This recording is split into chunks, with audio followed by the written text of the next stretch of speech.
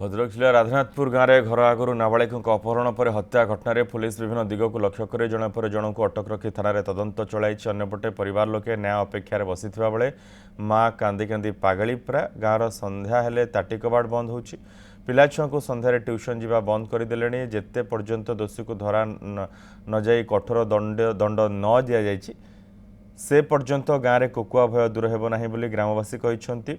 परिवार लोके दोषी को तुरंत काबू करी कठोर दंड देवाकू कहते ताहले जाए झीर आत्मा शांति पाइब बोली मृतकों परिवार लोके कहते।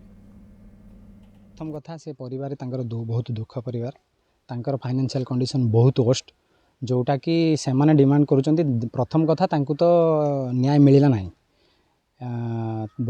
वर्तमान तांकर डिमांड या अछि न्याय सहित तांकर किछि फाइनेंशियल हेल्प तांकु मिलिले तांकर जहाँ बाकी जीवन अच्छे से सुरखुर बंचे। एमती किसी माने एक्शन उठा जाऊ से दोषी उपरे जहाँ फल आमर जो पड़ोसी आखपाखर आदि सेमती कहीं करने को चिंता करिए से भाया दंड देखिकी से भाया करने को चेष्टा करिए ना।